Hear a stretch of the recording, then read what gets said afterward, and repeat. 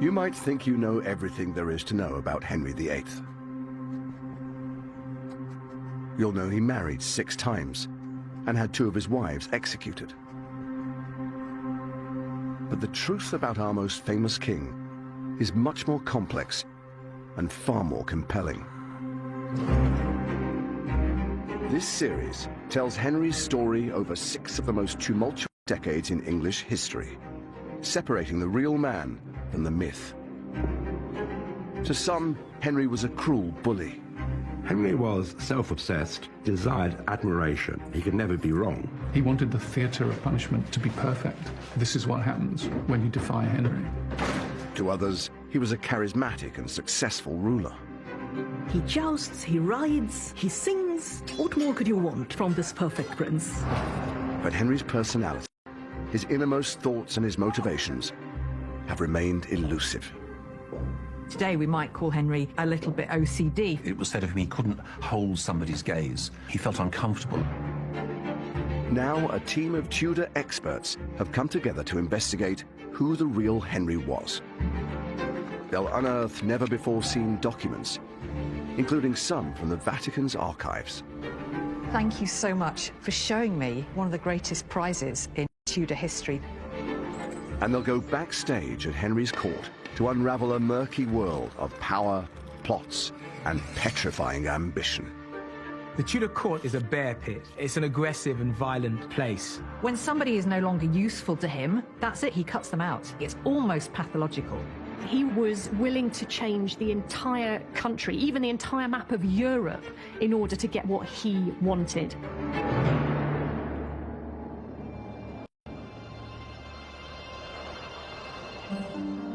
Henry VIII is born on the 28th of June, 1491. But he's never meant to be king in the first place.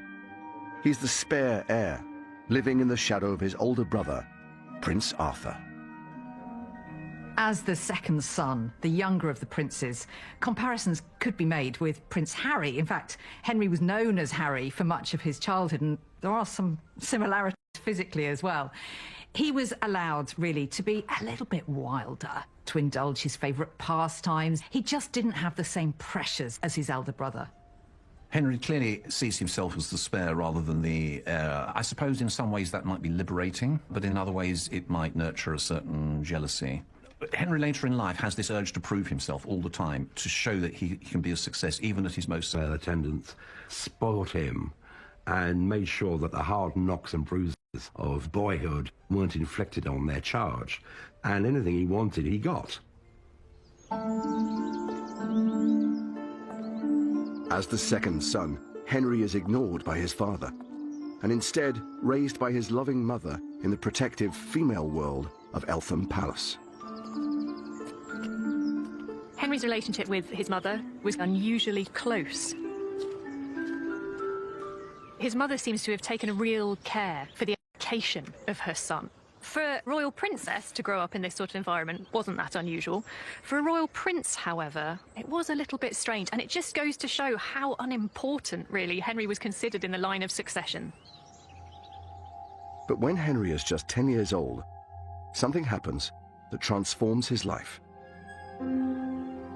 Unexpectedly, his older brother dies, leaving him as heir to the throne. He's no longer the second son, he's the first son, and he's going to be King of England. It's hard for us to imagine the pressure on him, the idea of having to take up that position. To make matters worse, Henry's beloved mother, Elizabeth of York, dies just months later. Recently, this remarkable survival from Henry's childhood has been revealed to us, and it's incredibly exciting because for a long time it was thought that this was just an old page in an illuminated manuscript. But when we look behind this figure of King Henry VII here, we see King Henry VIII, as he later became, as just a boy. This weeping child on the edge of an empty bed, that of his mother. He can't contain his emotion.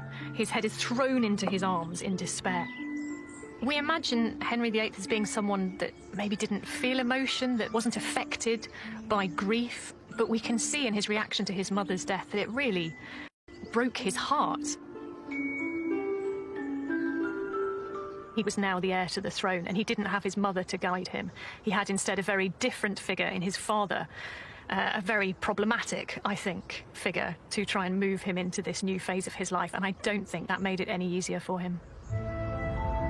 Henry's father, Henry VII, won the Wars of the Roses, a bitter civil war which lasted 3 decades and divided the kingdom.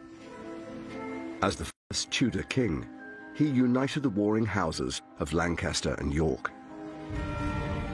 But he now reigns over an unstable and uneasy peace. Paranoia was part of the Tudor DNA. The Tudors really had a rather tenuous, legally fragile claim. There is a seed of insecurity planted in Henry from a very early age. The political history of his father's reign has essentially been the history of plots, conspiracies, hanging over from the Wars of Roses. Who's in, who's out, who's being watched.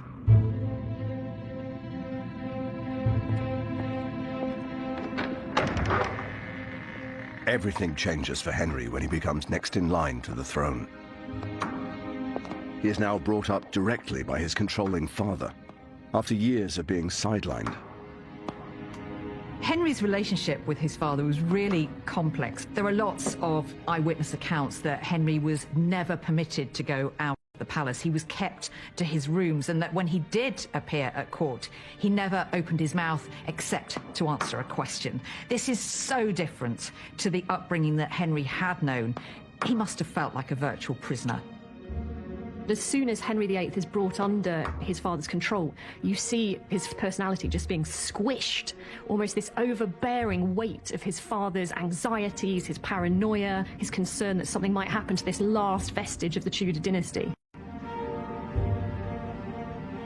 As a very young boy, he hadn't really had much of his father's attention at all. But then, of course, suddenly, Henry had too much of his father's attention. He found it suffocating because Henry VII was trying to make up for lost time and kind of chisel this young, wild prince into a future king.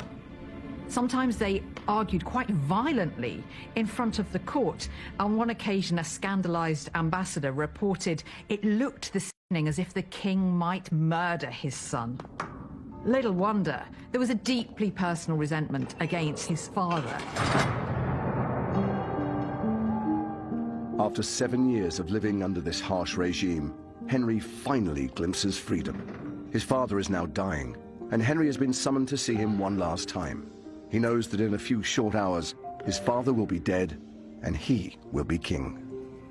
This is a king who's dying, still not feeling anywhere near secure on his throne. He wants the Tudor dynasty to continue. So, to his last breath, he's giving advice to his son, how to secure the realm, what sort of advisors to surround himself with. He told Henry that he had to marry Catherine of Aragon, the widow of his elder brother Arthur, and he would rule England with her. It wasn't a sort of if or but. This is what you're going to do. And Henry meekly accepted it.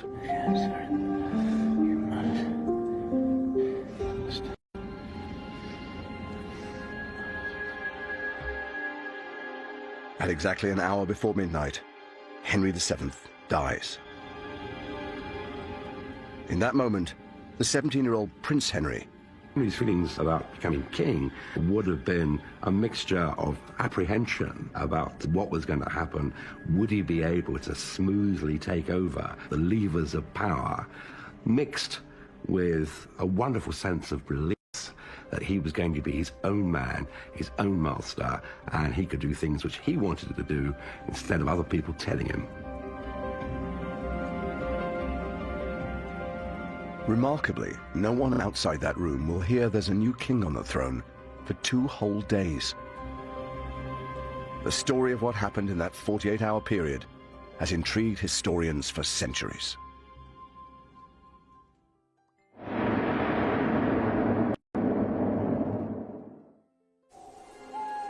The next 48 hours will decide the fate of the kingdom. As soon as the old king dies, his closest courtiers start plotting. When Henry VII dies, there's essentially a court coup. His death is kept a secret for the best part of 2 days, while in the background they decide how to bring on this new regime with a splash. Henry played a full part in this great cover-up of his father's death. Of course, he had a vested interest in it because he wanted to secure the throne. For Henry, this is his first real experience of the ruthless machinations of Tudor politics. The Tudor court is a bear pit. It's an aggressive and violent place. Your best friend can become your enemy, and your enemy can become your best friend. You need to be able to plan and plot your way through this vacuum of power. And in order to do that, you have to make sure that nobody knows the king is dead. Nobody has time to stage their own coup d'etat. He must have been affected by this atmosphere of intense fear and suspicion, not knowing who to trust, being very, very aware that actually the Tudors were a fragile dynasty. Henry is convinced that the biggest threat to his new reign is a rebellion coordinated by two of his father's most powerful advisors, Richard Empson and Edmund Dudley. Empson and Dudley were the sort of slick apparatchiks that Henry VII brought in to enforce his will, and they resorted to unsavoury methods, rigging juries, accusing people of crimes they hadn't committed. Probably everybody disliked them. Early on the morning of the 24th of April, 1509, after 48 hours in limbo, Henry VIII is finally proclaimed king. But at the same time, he issues orders for the arrests of Empson and Dudley. Empson and Dudley are scapegoats. They're convenient. You get rid of them, you appear to distance yourself from... I think people had underestimated Henry before because they may have thought that he was merely a puppet that his father was controlling, but now Henry makes it very, very clear he's the one calling the shots. In the name of the king! Idiots! You're coming with us! Get your hands off me! The arrests win the new king instant support with his people. But it's likely that Henry has an ulterior motive. Henry VIII continued to resent his father for quite some time. He had had lots of his own impulses suppressed for years and years, and because Henry couldn't do anything about it as long as his father was king, when he was gone, well, there's an opportunity with Empson and Dudley to play out his irritations, his frustrations with his father. Down the stairs! On the same day, Henry issues a groundbreaking piece of legislation, a general pardon. This extraordinary document sees Henry explicitly criticize his father's reign. What Henry is trying to do is to win popularity and quickly. So as well as getting rid of his father's despised ministers, he issues a general pardon to all of those who'd fallen foul of Henry VII's justice. So of course this makes him incredibly popular. People love him. Now that pardon is basically rubbishing Henry VII. This is an extraordinary move that you use your father's unpopularity to sell yourself to your subjects.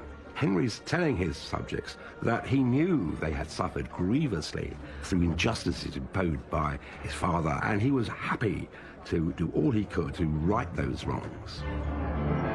He wants to begin in a way that is going to make a break with the... Of course, it's all about reputation. It's all about this gleam in his eye that he's going to be a famous monarch, the best king that ever reigned in English history.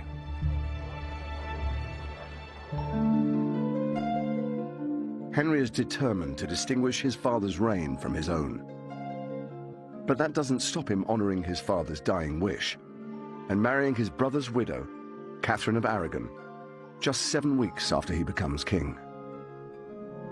Catherine is the most desirable bride in Europe, the daughter of Ferdinand and Isabella of Spain, the most mighty empire in the world at the time. But I think Henry really did love Catherine of Aragon. He professes himself to be deeply in love. It's part of those early grand gestures which, he thinks he can make. But of course, he's also got an eye on security. And this is a monarchy, so it means dynastic security, so it means a son. His attempt to produce a male heir was pragmatic. He did not intend that the decades of conflict that had preceded his father's reign would continue into his reign. And he felt that... Producing a male heir soon comes true.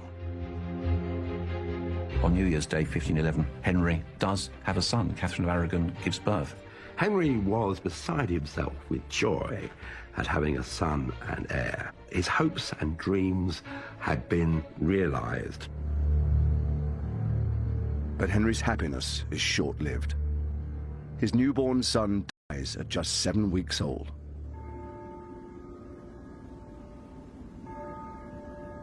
Henry doesn't seem to have responded very much at all to the news of his son's death.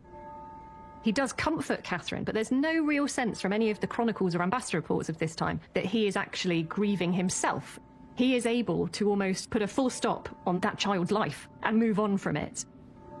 He has something intrinsic within him that he can just be cold, that he can shut down emotion. Throughout their marriage, Henry and Catherine will lose a total of 6 children. And Henry's anxieties about having a son and heir will intensify as the years go on. The big what-if of Henry's reign is, had that young Prince Henry, who was born on New Year's Day 1511, had he survived, everything would have been different. Henry would have had that son and heir from the beginning of the reign. He would have had dynastic security. Maybe he would have relaxed a bit. When Henry lost his son, Henry, Duke of Cornwall, he was also losing the opportunity to pass on his crown to a legitimised male heir. He must have wondered at that moment whether that marriage could produce a male heir. After 5 years of marriage, Henry still doesn't have a son, and his new dynasty is beginning to show signs of vulnerability. To bolster his authority, he enlists the talents of a cardinal who has rapidly risen through the ranks at court. Cardinal Wolsey is a political genius, a little mastermind. He's Henry's fixer. And, you know, he does an incredibly good job. Of course, Wolsey was the man who would relieve him of all the tedious business of state. He's the guy who's going to help Henry fulfill his desires. If the king wants it, Wolsey will deliver it. Wolsey is churchman, but let's just say he's not the sort of vicar that you'd sit down to tea and biscuits with. He likes the finer things in life. He insists on being served on golden plates, he surrounds himself by luxury, and he also has a few mistresses. He has at least one illegitimate child. Thomas Wolsey is somebody who's come from a relatively poor background. He's the son of a butcher, and people will make jokes about this throughout his career. He's risen up through the church to become somebody influential, ideas into practice.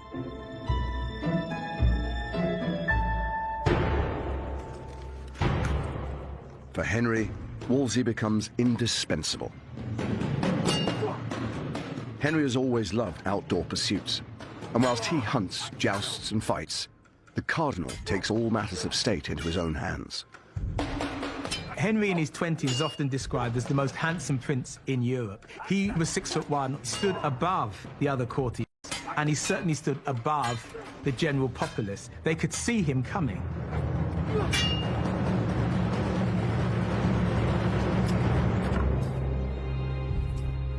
One of the really important things about Henry and Wolsey's relationship is that Henry really does believe that Wolsey is his friend.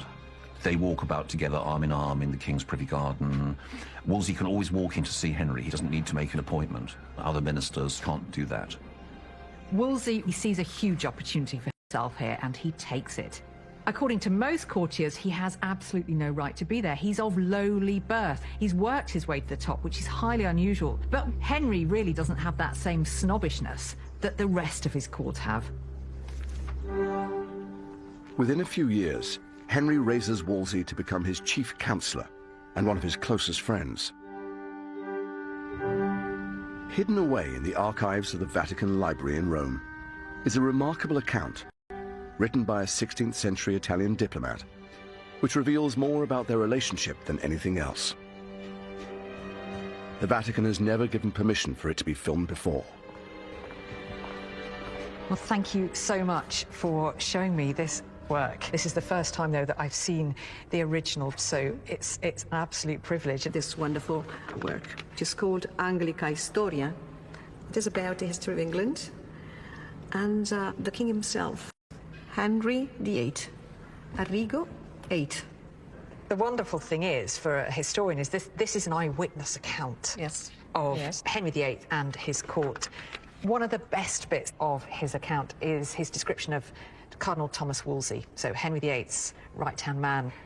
I mean, my Italian isn't great by any means, but I think in the page we have open here it says what good fun Wolsey was as well. He would sing and... We talk about him, cantava, saltava.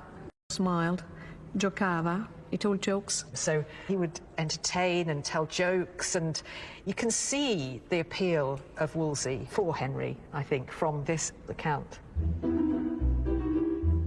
At first glance, the document paints a picture of Wolsey as an entertaining member of Henry's court.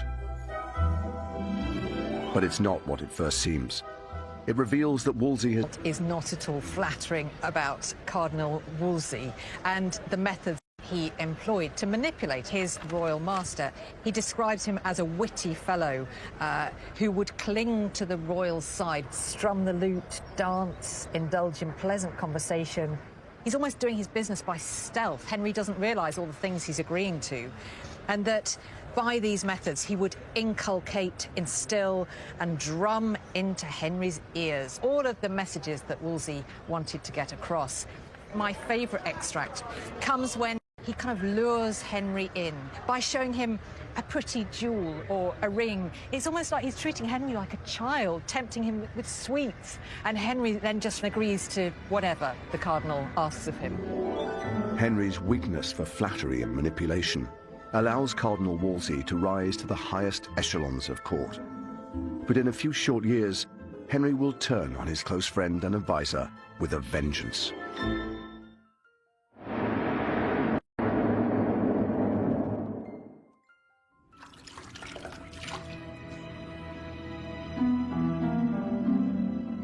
Henry VIII is worrying over the future of the Tudor dynasty. He still doesn't have a male heir, and he's surrounded by potential rivals to the throne. All his nightmares, all his problems haven't gone away. They've just been like good wine, lying there, getting stronger and more powerful. As Henry gets into his 30s, we see little glimmers of paranoia, to the extent that he has started to change his personality. He started to mistrust people around him.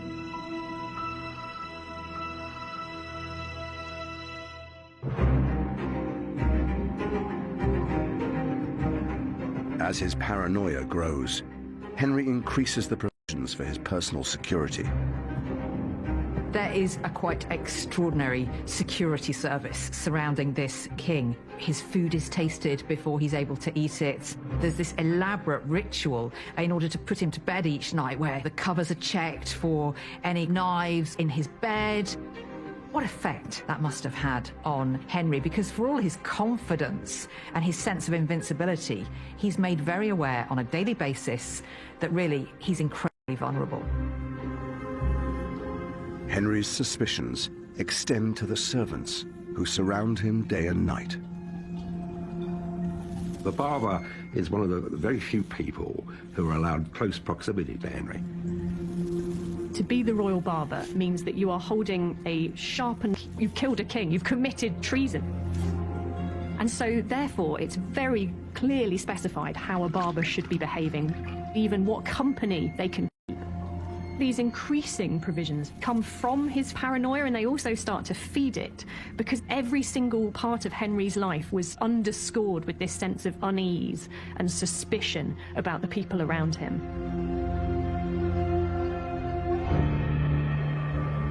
Henry fears an uprising from a rival claimant to the throne. And he hears a rumor that the Duke of Buckingham is secretly plotting against him. The Duke of Buckingham was the highest ranking nobleman in England, and he had royal blood and lots of it. Henry is particularly suspicious of Buckingham because he doesn't make any secret of his claim to the throne, nor of his desire to be king. Henry's suspicions reach boiling point, and he writes a letter to Cardinal Wolsey that seals Buckingham's fate. Henry's letter survives to this day, and it's held here at the British Library.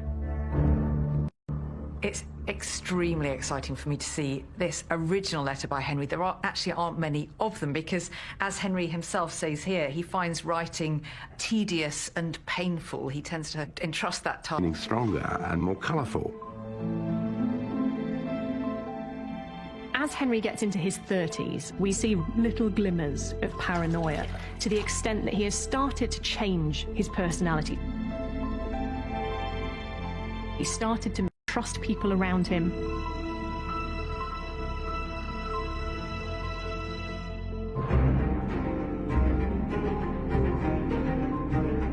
As his paranoia grows, Henry increases the provisions for his personal security.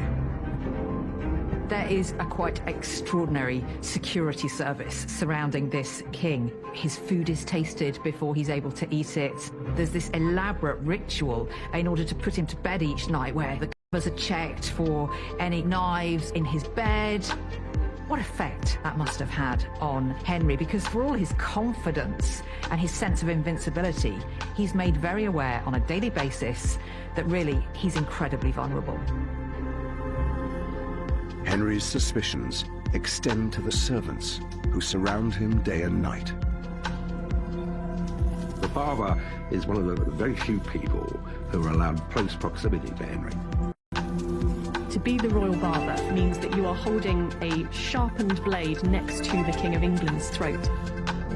If you make one mistake, you've killed a king, you've committed treason. And so, therefore, it's very tedious and painful. He tends to entrust that task to scribes. So the fact this is in Henry's hand is hugely significant. This letter was intended for Wolsey's eyes only. It's top secret. So Henry is instructing Wolsey to keep good watch on the Duke of Buckingham. He effectively wants Wolsey to spy on Buckingham. He is Henry's prime target. He's the one he is most afraid of. Wolsey soon uncovers a whole raft of evidence that's enough to condemn Buckingham for treason. He's plotting rebellion. He's even stealing some of Henry's own servants and placing them in his household. Also, the thing that rankles most with Henry is that a monk has prophesied that Buckingham will be king. Well, for a man as paranoid as Henry, that really is going to be the nail in the coffin. Wolsey's investigation produces enough evidence for Buckingham to be found guilty of treason. And he is beheaded by an inept axeman who takes 3 strokes to cut through his neck. Henry's treatment of Buckingham is one of the earliest and most vivid indications of his brutality. This caused shockwaves across the kingdom. He wasn't going to suffer any hint of treason, even amongst the highest nobles of the realm. Fearing further plots against him, Henry's attitude to his noblemen changes.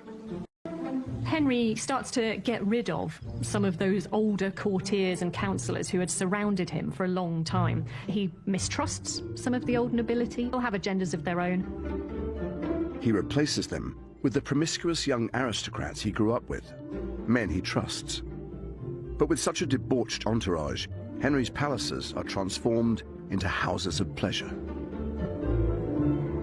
Even though Henry joins in with all the fun, at heart, he's actually quite prudish.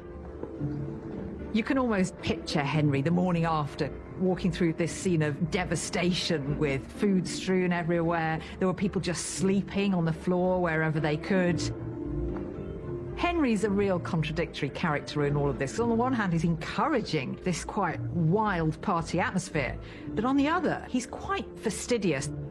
I think actually today we might call Henry a little bit OCD. For as much as he liked to project himself as a party boy, actually he found it all deeply unsettling.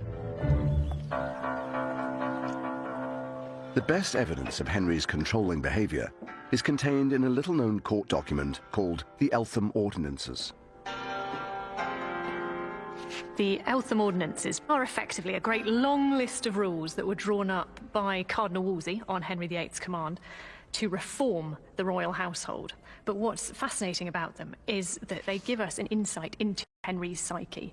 One of the things that's really clear here is just how bossy Henry is. He instructs here that the people in his privy chamber shall be loving together and of good unity and accord. So, in other words, go about your work with a smile. And, perhaps more importantly, keeping secret all such things as shall be done or said in the same privy chamber.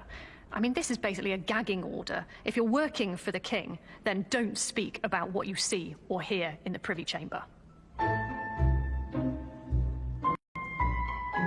But for Cardinal Wolsey, the Eltham Ordinances serve another purpose entirely. Wolsey had an ulterior motive. He wanted to control the people who were getting close to the king. He wanted to ensure that other people couldn't bend his ear, and as it says here, not intermeddle of causes or matters. In other words, the people who are close to the king should not be talking politics, and they shouldn't be trying to move up in the world. So this is really something of a political coup at the same time as it is a book of rules for how the household should behave. The Eltham Ordinances helped Wolsey to become the most powerful man in England, other than the king himself. But there are signs that Henry feels the cardinal is getting too big for his boots. Wolsey runs a court that is spectacular. You know, when he holds parties at Hampton Court, there are hundreds of people there for dinner. But it's also getting to a point of almost competing with Henry himself, and that's a bit of a problem. Henry starts to look more closely from time to time. They have the odd little clash. I mean, Henry was always in charge, even when he was just leaving things to other people. A real indication of Henry's growing unease with Wolsey's status comes over the issue of Hampton Court. Wolsey knows that Henry's a bit jealous of it, and when he realises that he's starting to lose Henry's favour, he makes this very symbolic gesture of giving it to the king.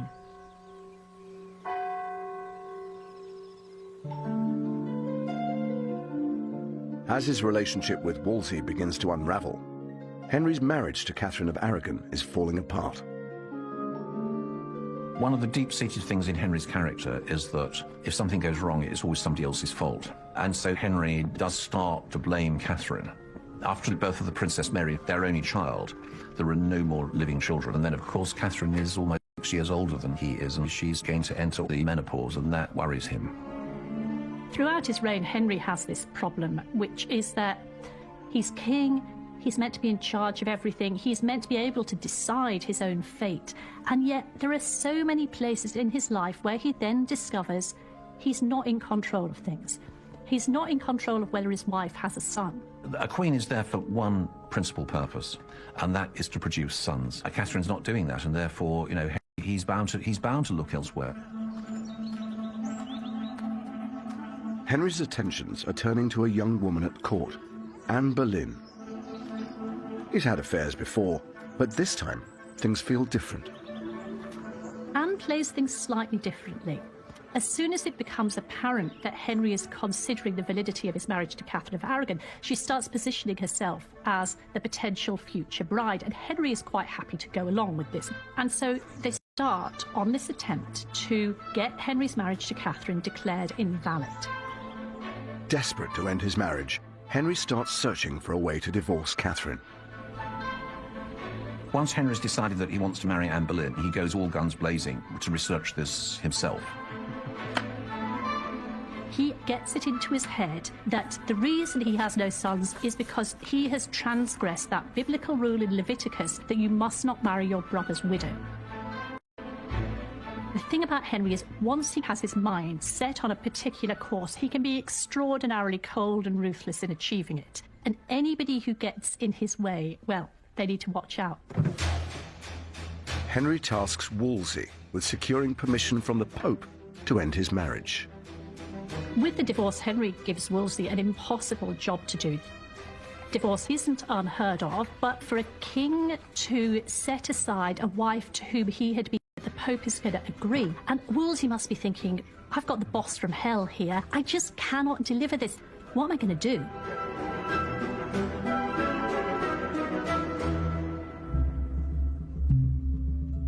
Wolsey's attempts to secure a divorce are failing. Losing patience, Henry takes matters into his own hands, and he initiates a very public trial of his marriage to Catherine. From Henry's point of view, the divorce trial should have been a way to sort things out and get a legal ruling to get his own way. But the Queen comes in, she gets down on her knees before Henry, and she makes this extraordinary plea to her husband, asserting her role as his wife, pleading for her rights to stay in the marriage. He doesn't react. There is nothing. He's not at all swayed by all of this emotion. This is an indication of that coldness just coming to the surface in Henry's character. It's almost like when he's decided that somebody is no longer useful to him, that's it, he cuts them out. He moves on to the next thing. It's almost pathological. The divorce trial ends in failure, and Henry blames his chief minister. Wolsey has genuinely tried to get Henry the divorce he wanted. And it's not really Wolsey's fault that this has not worked out. I mean, the big balance of power is against him. And yet, in Henry's mind, Wolsey has failed in the most significant diplomacy that Henry has ever asked him to do. There was this invisible line which Henry drew. Once you cross that line, you will pay the penalty for doing it. And there's no going back. You can't rub out history. Once you have annoyed Henry, once you have damaged his ego, you will pay for it. And Wolsey knew his days were numbered.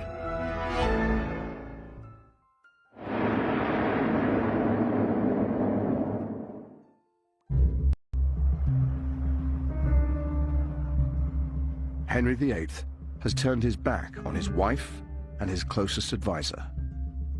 And strange quirks are emerging in his character. If you actually met Henry VIII, it would be important not to fix your eye upon him for too long or stare straight in the face, because he really didn't like that. It was said of him he couldn't hold somebody's gaze. He felt uncomfortable. This is one of the strongest kings of England, and yet there's a certain personal insecurity, even when he's at his most secure. Henry has this tendency to turn on his most trusted advisors. He puts them in impossible positions, given these incredibly difficult tasks. And when they fail, as inevitably they must, they get all the blame, not Henry.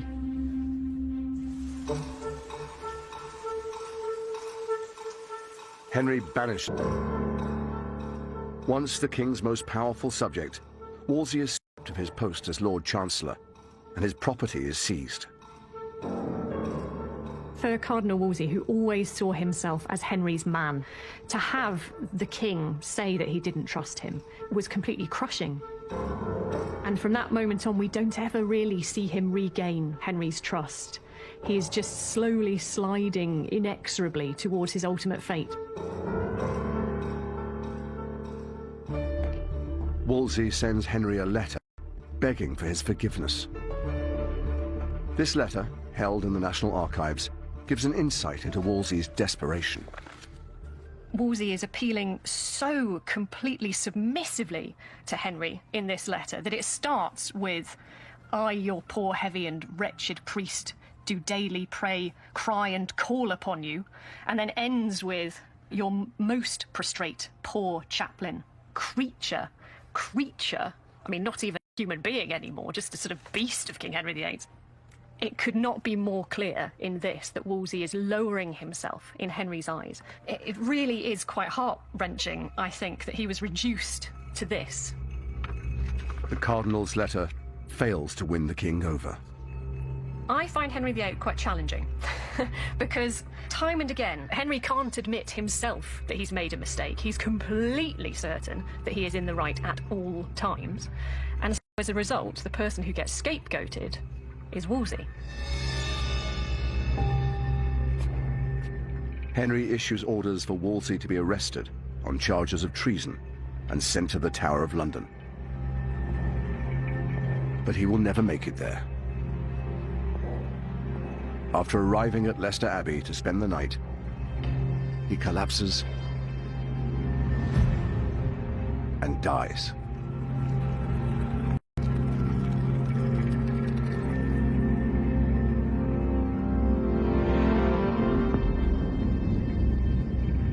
In the aftermath of Wolsey's death, one of his servants goes to see Henry to try and persuade him to look kindly on his old servant. This is when we see Henry's contradictory nature, because Henry declares, "If I could lay out £20,000 to bring back the cardinal, I would gladly do it." In the next breath, he reminds Wolsey's servant that his master had died whilst owing him £1,500.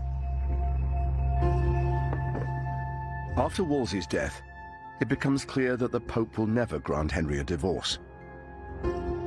But Henry is so determined to marry Anne Boleyn that he will stop at nothing to achieve it, to break with the Pope and the Roman Catholic Church. He didn't want to be responsible to the Pope. He wanted to centralize power to himself. It was the only way he would get a divorce. It was the only chance of having a son and heir. Henry has started to radically change the course of English history. He transformed every aspect of his kingdom, religious, political, but he's developed into a very different man. He's moved from being someone who's a bit anxious and uncertain to someone completely convinced of his own rightness, the justice of all of his decisions. He was willing to change the entire country, even the entire map of Europe, in order to get what he wanted. In the next episode, Henry turns on his new queen, Anne Boleyn. The English court is the nest of hissing snakes. Absolutely nobody is safe. This reads, her crimes were so abominable. Anne is the most wicked queen in history. And Henry's paranoia begins to creep into England's politics. Henry VIII comes down on opponents with murderous force. You're either with him or against him. And if you were against him, you paid for it. That's Bloodlust and the Boleyns next Wednesday at 9. The potentially heart-stopping dangers of an asthma attack. Pulled into focus tomorrow night at 9 in brand new 999 Critical Condition.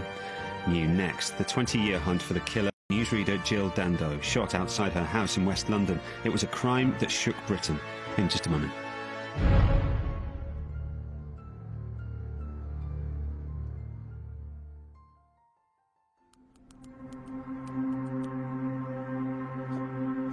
You might think you know everything there is to know about Henry VIII. You'll know he married 6 times and had 2 of his wives executed. But the truth about our most famous king is much more complex and far more compelling.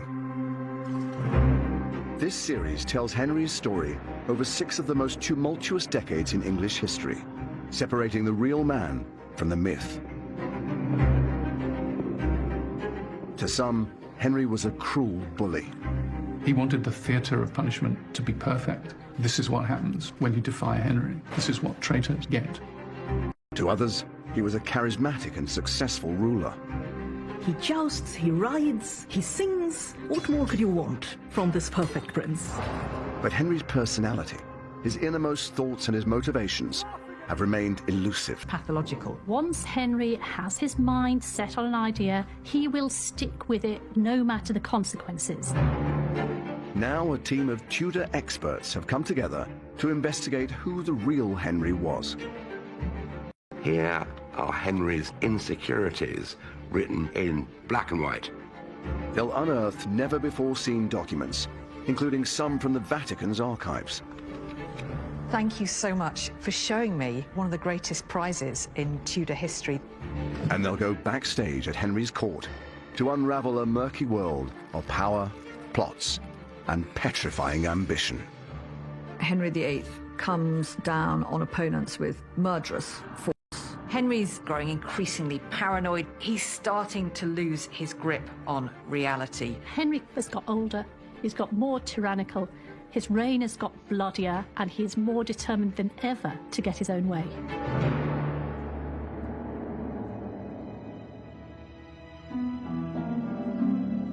Henry VIII is now 41 years old. His first wife, Catherine of Aragon, has failed to provide him with a longed-for son and heir. And he's becoming increasingly anxious about the future of his dynasty. He's banished Catherine from court and is embroiled in an attempt to divorce her and marry his long-term mistress, Anne Boleyn. The way in which Henry is treating the 2 women in his life could not be more different. On the one hand, you have this great chivalrous love play with Anne Boleyn, and on the other, there is the incredibly cruel, heartless rejection of Catherine of Aragon, the wife who served him loyally for more than 20 years. It's interesting to think what it was about Anne Boleyn that made her so attractive to Henry, but also so enigmatically attractive to so many people. Her education in France may have been a factor. She had a style and a glamour that other people didn't.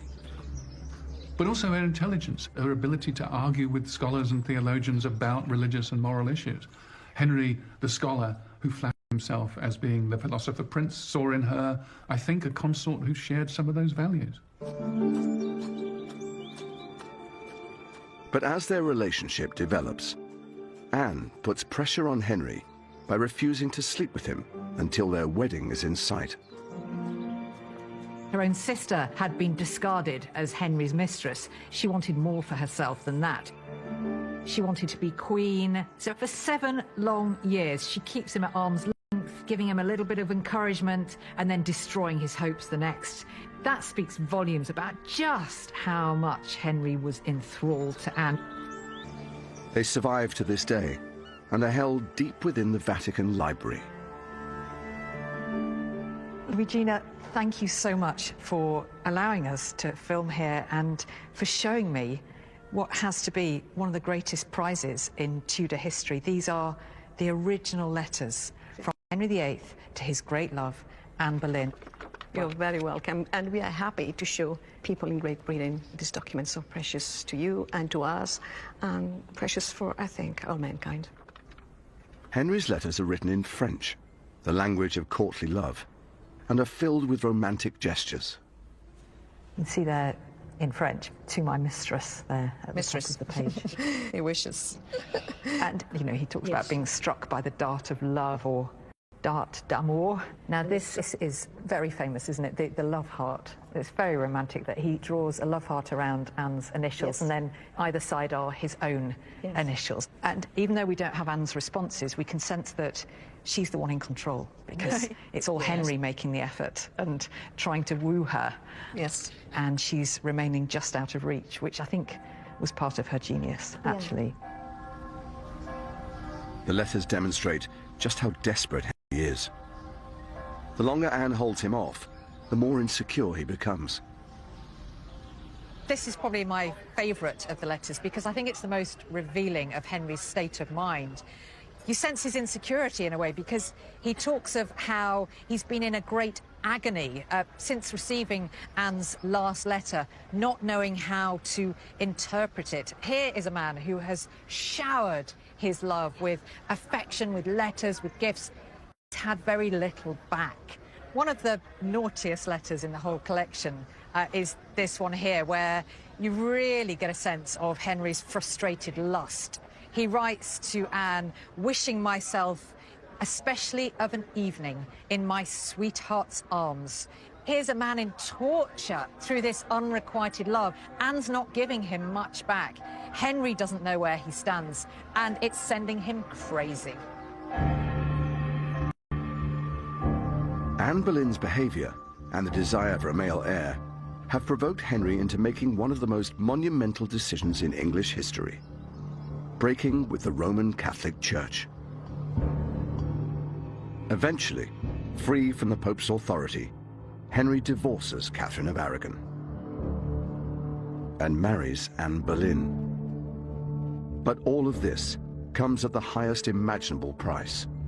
Henry's break with Rome was probably the most devastating political and religious and social event for 500. To reject the authority of the Pope and everything that represented was something which disoriented, terrified everyone. The nation was traumatized. Henry then declares himself head of his own Church of England. For Henry to claim to be the head of the church was unprecedented. It's very hard to imagine the radical, shocking nature of that claim. A layman, not someone trained in the church, not a bishop, not someone in holy orders. Henry believes this makes him second only to God. On the one hand, you need to have quite a big ego to deal with that. On the other hand, it's a great deal of responsibility. Henry, who is already trying to manage a kingdom, is now trying to manage a church as well. So at the point that Henry breaks with Rome, I don't think anybody quite knows what is going to happen next. Henry might have got his wish to marry Anne Boleyn, but this revolutionary decision is about to catapult England into chaos and damage Henry's reputation with his people.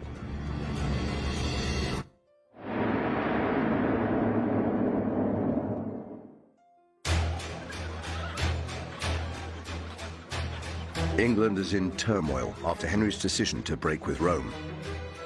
But despite opposition, he is now ruthlessly forcing the new religion on his Catholic people. To push his religious revolution through, he has a secret weapon in the form of his new chief advisor, Thomas Cromwell. Thomas Cromwell is nothing less than a genius. Talented lawyer, he's a property developer, a moneylender, trader. But Cromwell is very different to the noblemen that Henry's surrounded by. Thomas Cromwell was the son of a lowly person in Putney, just down the river from London. And he had this unique ability to annoy people, particularly the rich nobility of Old England, who regarded him as a common upstart because he wasn't from the great and good families. Men like Cromwell owe everything to Henry's readiness to put them in place. So they really suit Henry because they're going to be loyal to him. Henry is really drawn to Cromwell. He's got a cheeky sense of humour. He's not afraid of Henry, and as a natural bully, Henry is actually rather disarmed by that. He was ruthless, ambitious, and quite happy to tread on anyone who got in his way. Cromwell seizes the opportunity to win favour and hatches a plan to make Henry rich. He's worked out that England's monasteries possess millions of pounds in untapped wealth. Of all these monasteries, and it's all going to go straight into your pocket. Kings are always short of money, and that was music to Henry's ears. Henry wanted to be the richest king in Christendom. It's all about his image for Henry. He wants to have the most magnificent court, to put one over on his rivals, such as the King of France. I'm not sure Henry's greedy. I think that Henry feels that as king, it is his right to be in charge of everything.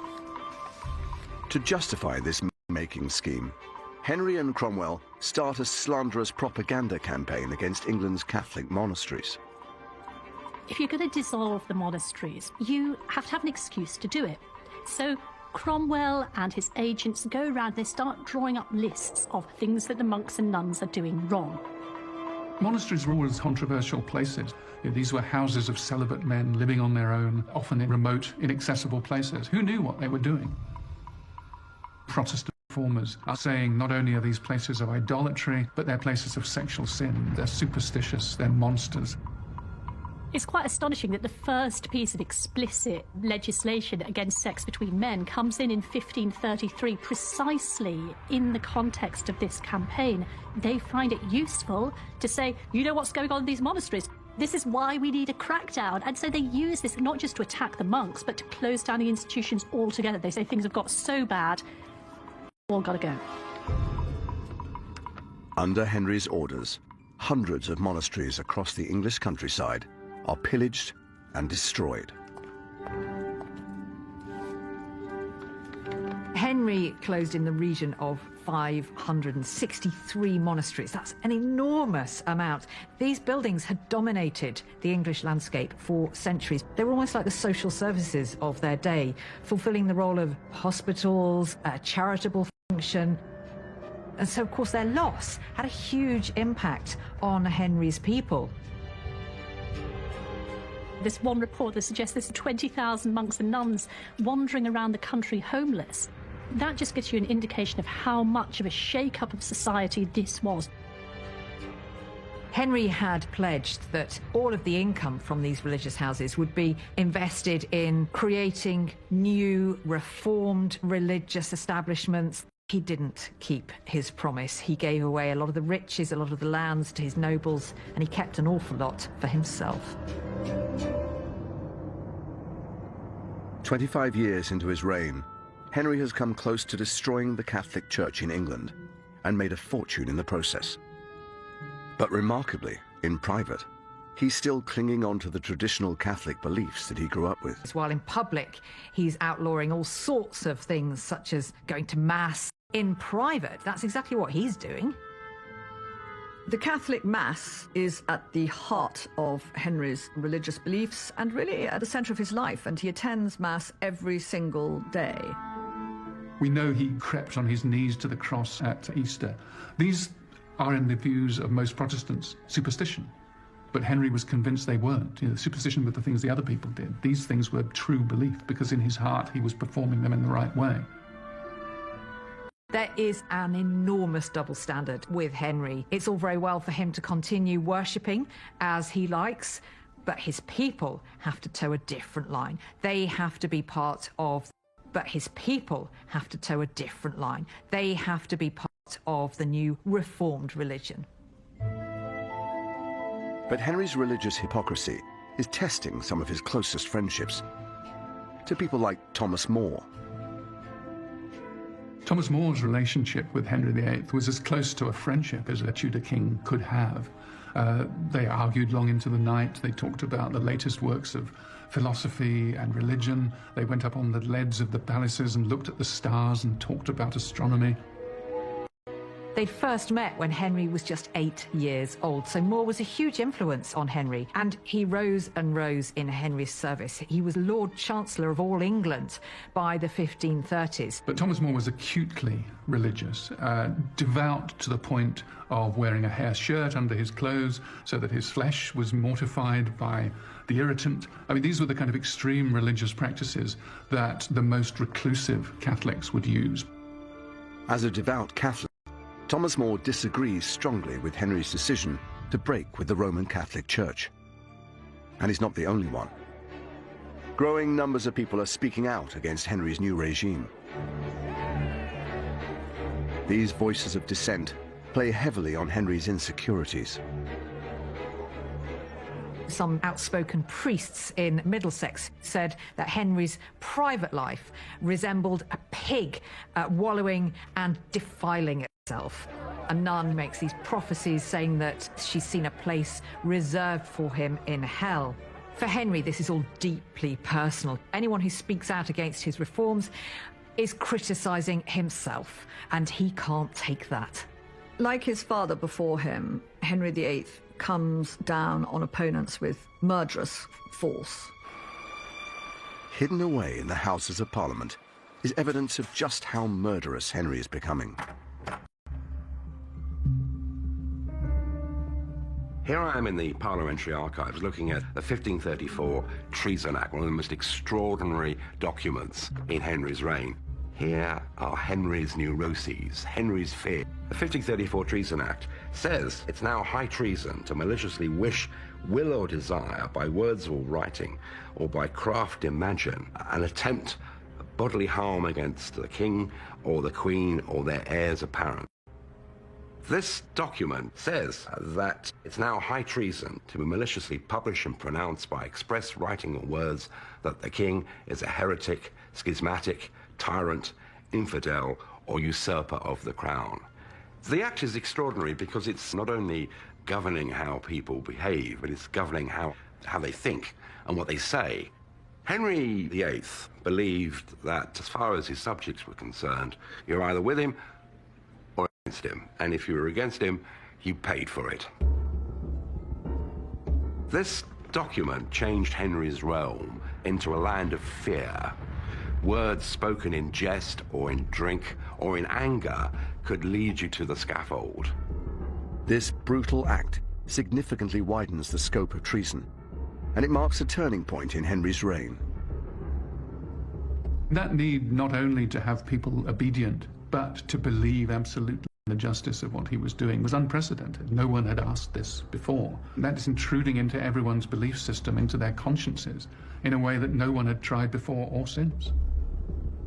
One of the first victims of Henry's ruthless new regime is his old friend Thomas More. Henry locks him in the Tower of London because More refuses to endorse his religious reforms.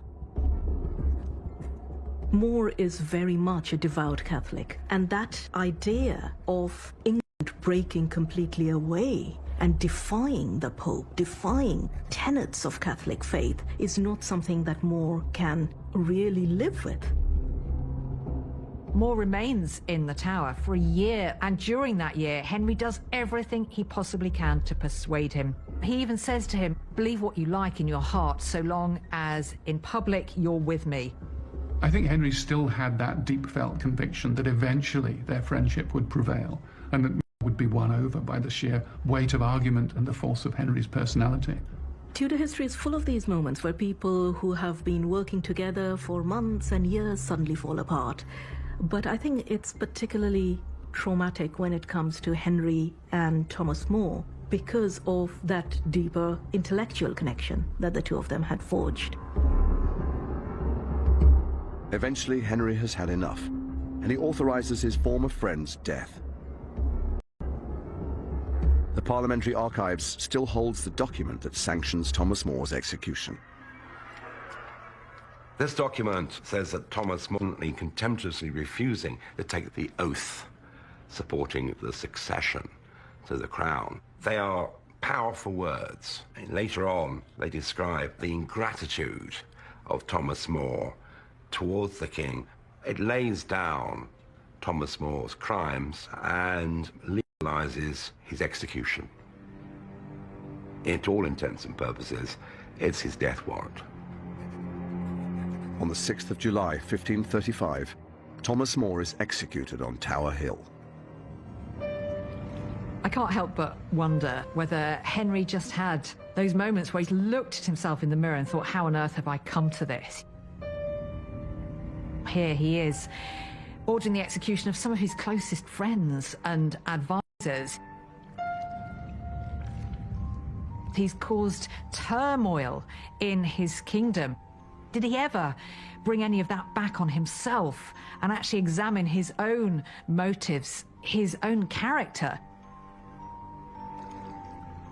I don't think Henry had a conscience about what he was doing.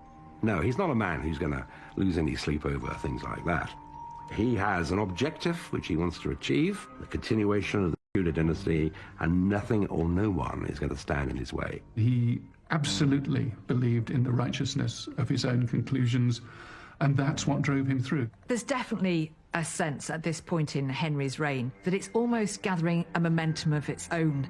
There's no stopping Henry now, and it's going to get more and more brutal. Little does Henry know that a freak accident is about to alter the future of his kingdom and the fate of his second wife.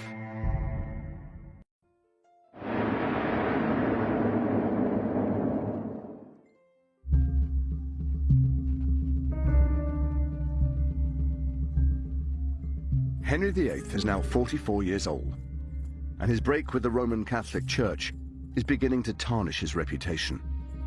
He's desperate to project the image of a king at the height of his powers. In the middle of the 1530s, Henry was a man increasingly obsessed by his public image. He would spend many hours getting dressed by his men, covering up all those signs of weakness and projecting this idea that here is the most magnificent king ever to sit on the throne of England. Henry, from the beginning, is very conscious of the importance of the public eye, but also he really enjoys it. He loves performing to people. Being the monarch, you have to look the part, and Henry is particularly adept at this. Really interested in fashion. So we have records of Henry spending 75 pairs of shoes in one single 12-month period. Henry is the ultimate investor in, dare I say, bling jewelry. But beneath the royal clothing is a king who is far more vulnerable than he looks. Concerned he's losing the love and respect of his people, Henry's propaganda machine goes into overdrive. Having broken with Rome, it was really important for Henry to win some hearts and minds if he's going to avoid a big rebellion. It involves a certain amount of PR effort using print, which is a pretty new technology, to produce lots of pamphlets and trying to win back some of that popular support. It's not easy to get a country to break away from a faith that it had as a part of its way of life for centuries beforehand. So that trauma of separating from the Catholic Church is something that Henry has to respond to directly.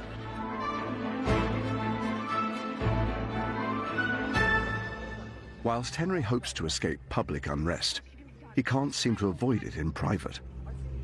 Henry develops an increasingly bad temper because he's losing patience with Anne and with this marriage, and also the fact that he hasn't yet produced a male heir, and so he just now wants results. Henry needs God to show him that he approves of his actions by giving him a son. And yet Anne does not produce a son. She has miscarriages. She has a daughter. It's as if his first marriage is just repeating itself. And that worries him. What's wrong about this marriage? Is this marriage cursed as well? As time went by, there were more reasons for them to dispute and argue with each other. Her inability to produce the male heir was the grumbling resentment, but also her commitment to religious reform, her willingness to argue with Henry. These things were things that, over time, became more annoying than attractive. The real turning point for Henry is when Anne accuses him in public of having an affair behind her back, and Henry is angered that she would dare question him in public about his behaviour. Henry responds to Anne by telling her that she needs to turn a blind eye to this behaviour as her betters had done, meaning Catherine of Aragon, and that he could unmake her just as quickly as he had raised her. There's another person causing trouble inside the royal marriage. Henry's advisor, Thomas Cromwell. Henry's court has become like a pressure cooker.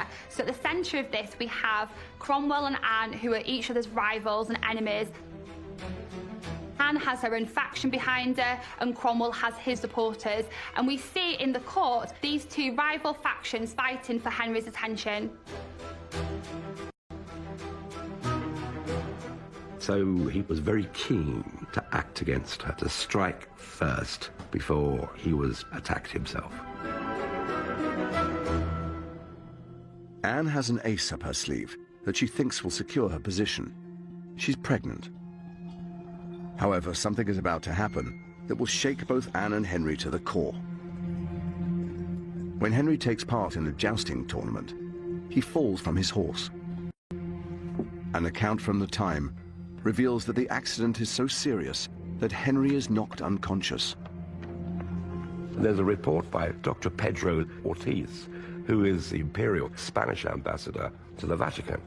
He's picked up some gossip coming in from Francis I of France, who's no friend of Henry VIII.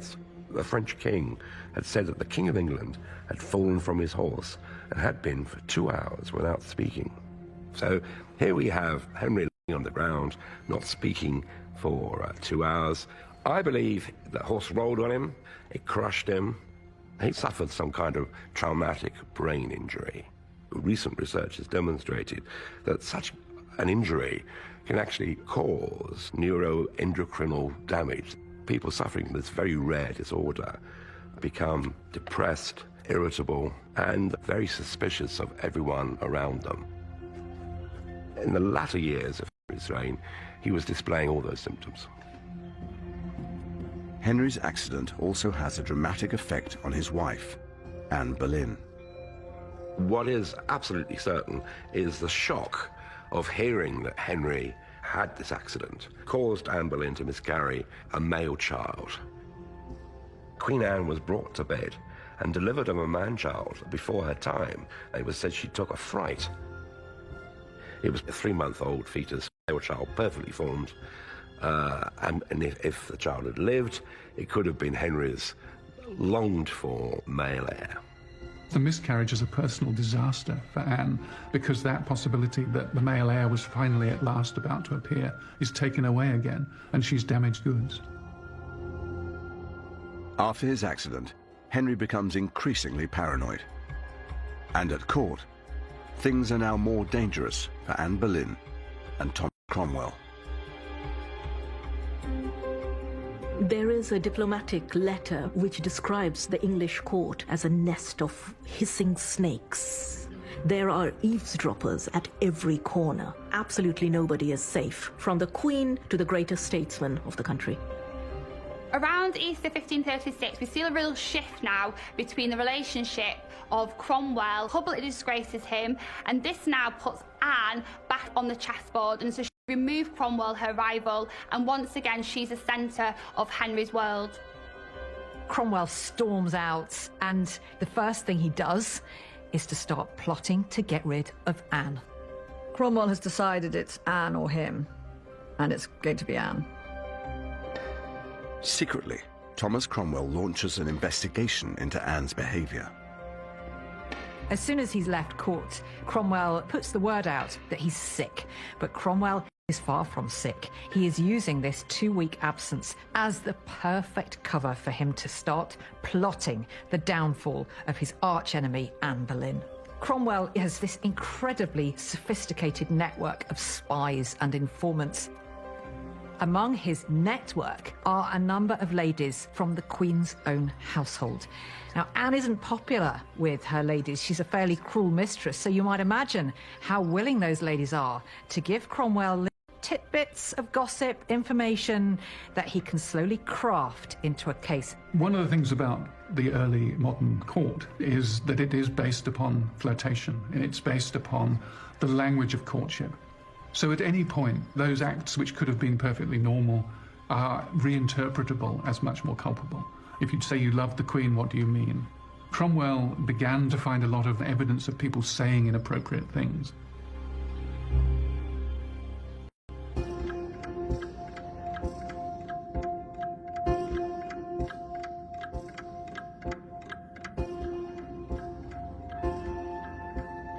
Just 2 weeks later, Cromwell presents his findings to Henry. When Cromwell had to go and tell Henry what he'd discovered, it must have been the most terrifying moment of his political career. To say that the king's wife, his queen, was adulterous, I mean, that's not news you can pin in a list of other things as you're going through the morning's business. Cromwell's evidence accuses Anne of conducting an affair behind her husband's back, with not one, but 5 men. He had to take control of that, and he took control of it with a ruthless passion, a rage that meant that it had to be driven through, that there was no escape. This is a man not in denial, but in manic acceptance of the charge, and I think that's what drives the process from there on in. When he wanted something to be true, it became true. And this was absolutely the case now with his second wife's infidelity, because her real failure, let's be honest about it, was not giving Henry a son. That was the only way she let him down. I don't believe she was guilty for one moment of lenience. In the archives of the British Library is a letter that provides a glimpse into Henry's mind during this time, as well as the man manipulating him, Thomas Cromwell. This is a letter by Thomas Cromwell written in May 1536 at the height of the controversy surrounding Anne Boleyn. This letter is undoubtedly one of our best sources for understanding Henry's perspective on Anne Boleyn. Cromwell says here, "The King's Highness thought convenient that I should advertise you of the same. I should tell you about what been going on, about the case against Anne." Really, what he's saying is the king has instructed Cromwell to spread the word about Anne Boleyn's crimes, and they are all described here in their full gory detail. This bit here reads, "Her crimes were so abominable that I think the like was never heard." And there's some fairly graphic language used here to describe the Queen's incontinent living. This is written for an absolute purpose. It's telling the world Anne Boleyn is guilty of heinous crimes. Anne is the most wicked queen in history, according to Cromwell. Alongside charges of adultery, Cromwell's letter also accuses Anne of plotting Henry's death. At the bottom we have here talk of a certain conspiracy against the king. So in Henry's mind, it goes beyond just adultery, an unfaithful wife. She's plotting treason. This is a pure piece of PR on Cromwell's part. Cromwell manipulated Henry, and in fact, he later boasted that he had dreamt up the whole scheme against Anne Boleyn. Whatever the truth behind the accusations, Henry falls for them, hook, line, and sinker. Once convinced that there was a kernel of truth to it, Henry's imagination knew no bounds, and at one point famously he said, well, maybe it's 1,000 men. Who knows what Anne is capable of? Henry VIII is a great fan of good stories. He's good at spinning them, and he is also taken in by them. And the story that is spun around Anne is the one of the wicked woman, a woman with an insatiable desire to manipulate men. Henry orders Anne's arrest, and she is escorted to the Tower of London. He will never see her again.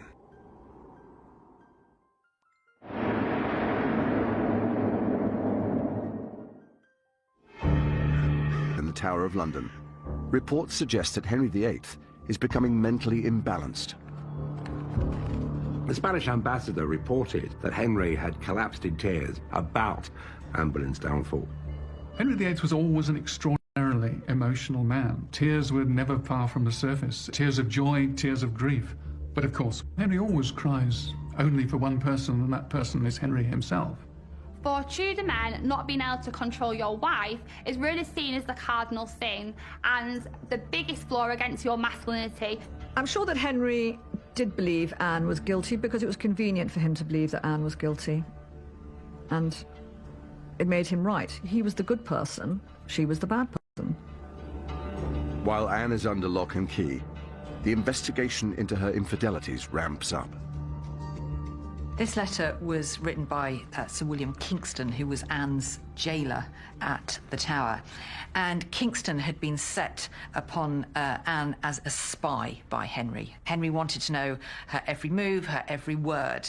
Kingston reports this overheard conversation between Anne and Henry. Norris was actually one of the gentlemen who served the king, but he was also a great favourite with Anne and stood accused of adultery with her. Anne asks Norris why he would tarry before getting married. Why is he waiting to get married? And she says the following throwaway remark: "Did he look for dead men's shoes?" Effectively, she's kind of teasing Norris, saying, are you waiting for the king to die so that you can marry me? The fact that such a throwaway remark, harmless in itself, was enough to condemn a Queen of England shows you just how febrile the atmosphere was at Henry's court. The king himself was growing increasingly paranoid. He's starting to lose his grip on reality, and that is all reflected here in this piece of evidence against Anne. Based on this evidence, Anne is tried for treason and quickly found guilty, as are the 5 men accused of sleeping with her. Henry does not attend Anne's trial, but he is heavily involved in the plans for her execution. He wanted the theatre of punishment to be perfect. He wanted the execution to be exemplary. This is what happens when you defy Henry. This is what traitors get.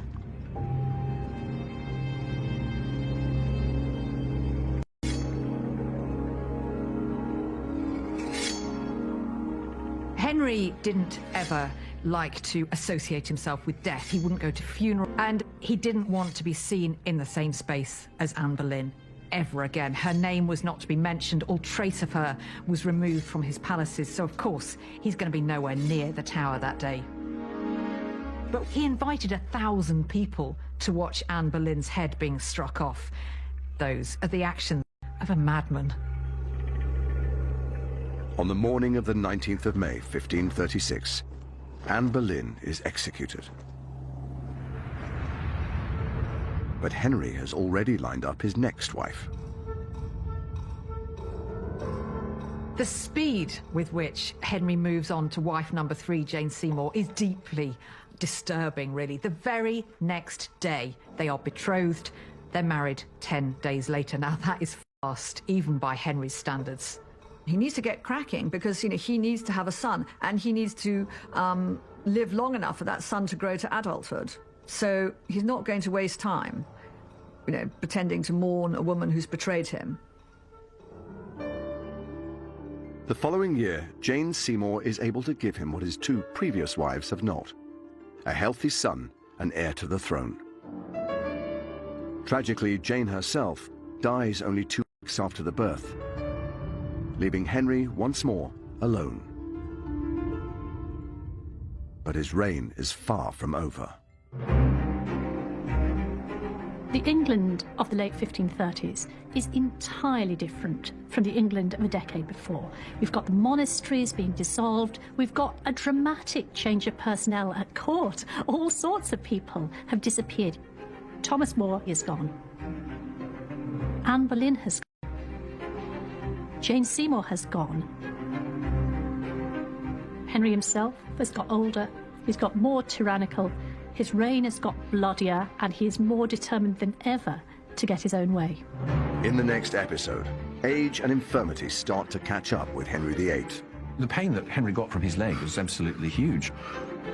When the leg was really bad, he could turn black in the face and just sort of lie still, hardly able to speak. And he turns on his closest advisor. Those less admirable traits that we'd seen hints of early in his life are now front and centre. This is Henry as a tyrant. This is the beginning of a totalitarian state. That's Henry VIII Endgame next Wednesday at 9. Dangerous weather, empty stations, unique challenges. 2020 captured in the new series of Paddington Station 24/7. Back on the tracks Monday at 9. Next, from Freddie's humble start in Zanzibar to the chart-topping, stadium-filling powerhouse, Queen, the band that rocked the world, in just a moment.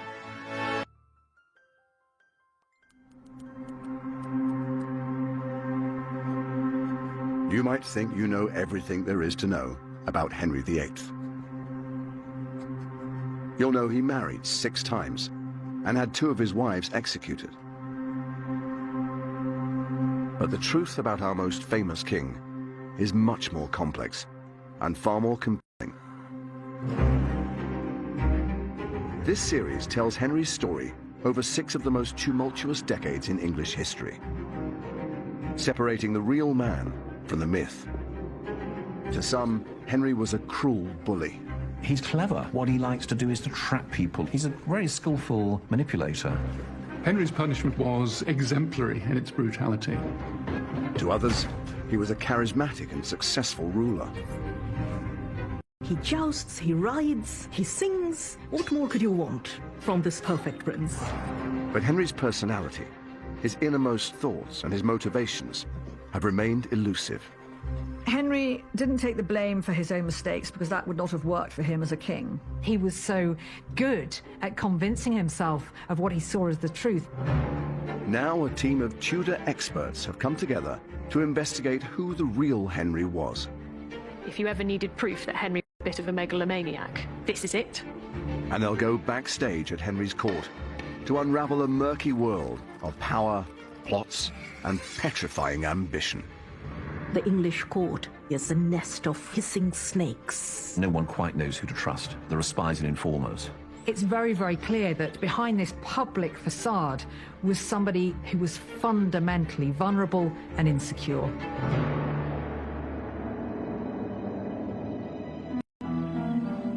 Henry VIII has been on the throne for 28 years. And the once carefree prince has become a paranoid king, suspicious of everyone around him. He's divorced his first wife. He's executed his second. And his third wife has died after the birth of his only son. Now Henry is alone. His controversial break with the Roman Catholic Church is making him unpopular, and there are rumblings of dissent across his kingdom. Feeling increasingly vulnerable, Henry commissions a portrait designed to promote himself as a formidable ruler. This is the iconic portrait of Henry. This is what everybody sees in their mind's eye when they think of Henry VIII. The silhouette of that figure could identify him just by itself. At us, he looks like a mighty emperor. It's no coincidence that the codpiece is at eye level. You can't fail to notice it. It's sending out a message that Henry is this great virile king. Everybody knows all the problems he's had getting a male heir, but this painting sets the record straight. None of that was Henry's fault. The painting presents Henry as a powerful monarch in total command of his country. But this portrait is a lie. That picture is propaganda. We know that it's been changed to make his legs look longer, to make him look more muscular. But in reality, Henry was slumping into geriatric decay. It's an image of Henry that he wishes the world to see, not the actual Henry, the sick Henry, the overweight Henry, the Henry that's suspicious about everybody, and that's also feeling the effects of the infirmity of age and the oncoming march of death. Henry is suffering from a painful leg ulcer, which deeply affects his state of mind. Sometime in the 1530s, Henry suffered a jousting injury which caused a terrible, debilitating, agonizing disease in both his legs. Tudor medicine was rather basic, so his doctors advised that his wound would be kept open, which meant that he smelled, that his bed sheets stunk, his clothing stunk. This is a man that you could smell before you saw. The pain that Henry got from his leg was absolutely huge. When the leg was really, really bad, he could turn black in the face and just sort of lie still hardly able to speak for, for several hours on the trot. The infection had to be released, which meant the leg often had to be cut open and pus drained and ointment stuck on it. There was a lot of decaying flesh, and they wanted to remove that by cauterizing. Red irons are applied to these wounds in his leg. It must have been a living nightmare for him. Henry's increasing infirmity, his ailments, had a profound effect on his psychology. He couldn't cope with the knowledge that he's no longer this kind of thrusting young king he had been. He's turned into this incredibly vulnerable, pain-ridden old man.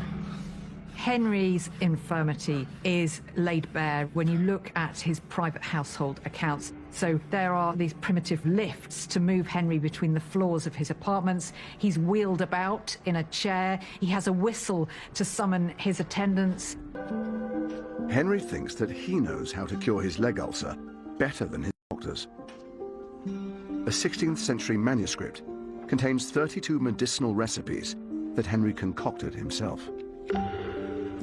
Most of his recipes are concerned with pain in the legs. So here's a plaster devised by the king at Oxford to ease the pain and swelling about the ankles. I would not use some of the ingredients today. The King's Grey plaster, for example, contains various roots, flower buds, garden worms, scraping of ivory and powdered pearls, and finally, it also contains red lead, which is deadly poison. Do not try this at home. The exact nature of Henry's health has been subject to speculation. Recent research suggests that he suffers from a rare condition which affects his mental health. Down the centuries, people have had lots of different theories about what was the matter with Henry VIII. I think Henry suffered from a hormonal disorder called Cushing syndrome. In 20% of cases, it turns the victim into a suspicious person, wary of everyone around them. They become melancholy, depressed, anxious. They can't take a decision. They'll change their minds continuously. Now, all these symptoms Henry displays in the latter years of his life. Other historians attribute Henry's increasing paranoia to diabetes. There's a lot to be said for the view that as he became more and more obese, he got type 2 diabetes. I mean, it can start to affect your mind, and you can develop elements of paranoia, and Henry certainly has elements of paranoia in these last years. Whilst Henry's body and mind are starting to fail, his enemies are gaining in strength. There are reports of a huge uprising in the north of England, and Henry has to act swiftly if he's to keep control of his kingdom.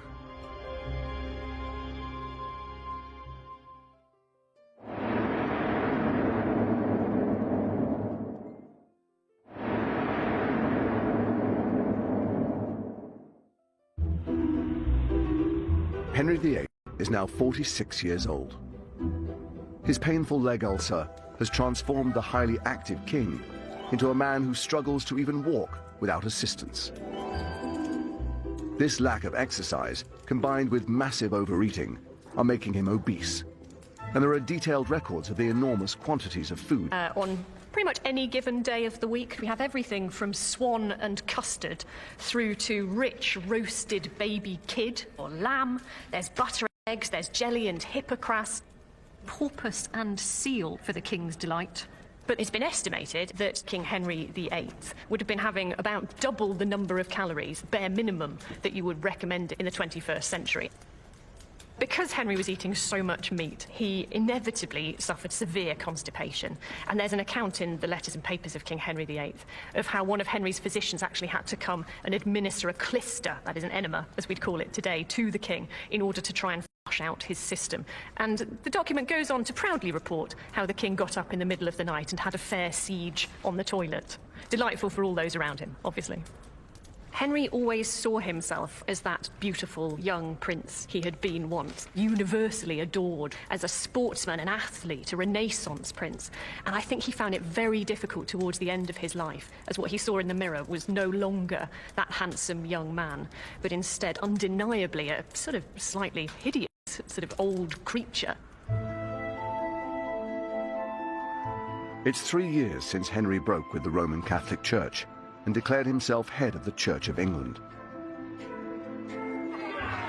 But now the repercussions of his religious revolution are catching up with him. Down the centuries, people have had lots of different theories about what was the matter with Henry VIII. I think Henry suffered from a hormonal disorder called Cushing syndrome. In 20% of cases, it turns the victim into a suspicious person, wary of anyone around them. They become melancholy, depressed, anxious. They can't take a decision, they'll change their minds continuously. Now, all these symptoms Henry displays in the latter years of his life. Other historians attribute Henry's increasing paranoia to diabetes. There's a lot to be said for the view that he became more and more obese. He got type 2 diabetes. I mean, it can start to affect your mind, and you can develop elements of paranoia, and Henry certainly has elements of paranoia in these last years. But now the repercussions of his religious revolution are catching up with him. This radical move is extremely unpopular and results in a religious uprising in the north of England, known as the Pilgrimage of Grace. This was the first major rebellion against Henry's Reformation, and it shocked him to the core. Because he was so good at convincing himself of what he saw as the truth, he thought his people still loved him. This now changed everything. The whole point of the Tudors were that they brought peace and union to England after the divisions of the Wars of the Roses. And now you have division again. This is an epic failure of kingship, and Henry understands that, and he is extremely concerned. But with no army at his disposal, Henry is unable to defeat the rebellion with brute force. Kings of England never had standing armies, so they had to rule with the consent of the people. He realized that he was in a very dangerous situation now, and he needed to act tactically, politically. Rebels. He offers them a pardon and invites their ringleader, Robert Aske, to a secret meeting. Henry has this masterstroke. I mean, he invites Robert Aske and the leaders of the pilgrimage to court, and he entertains them for Christmas.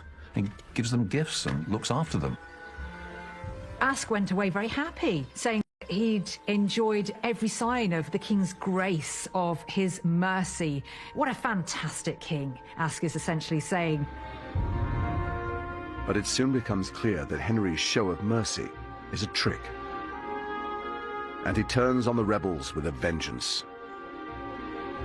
Henry was the sort of ruler who would gull you along and then basically cut you off. He's clever, but what he likes to do is to try and trap people, move them about on a chessboard. He's a very skillful manipulator. Robert Aske returns home, and Henry orders his arrest and execution. Henry's punishment of Robert Aske was exemplary in its brutality. This is a message to the people that this is what happens when you oppose Henry. And in fact, he wanted to go much further. He wanted people from every village involved in the rebellion to have somebody executed. But the man who was in charge of the retaliation simply didn't carry out Henry's orders. Henry's ruthless suppression of the rebels marks a turning point in his reign. England had changed an awful lot during this period. It was no longer the merry England of Henry's early years. It was now pretty much a totalitarian state. There were spies everywhere. Suddenly, nobody was safe. Nobody could trust anyone. There were neighbours informing on neighbours. So you never knew when there was going to be that knock on the door. People were now afraid to open their mouths in any public place. People were afraid to write letters and express an opinion because they were always looking over their shoulder. The man responsible for enacting Henry's crackdowns is his chief minister, Thomas Cromwell. Cromwell has previously masterminded the breakup of the monasteries and engineered the downfall of Henry's second wife, Anne Boleyn. But now that Henry's people are turning on him, he shifts the blame onto Cromwell. Henry didn't take the blame for his own mistakes because that would not have worked for him as a king. One of the purposes of good servants was that they would take the blame if things went wrong. It was their advice. With the Pilgrimage of Grace, they didn't attack Henry so much, they attacked Cromwell.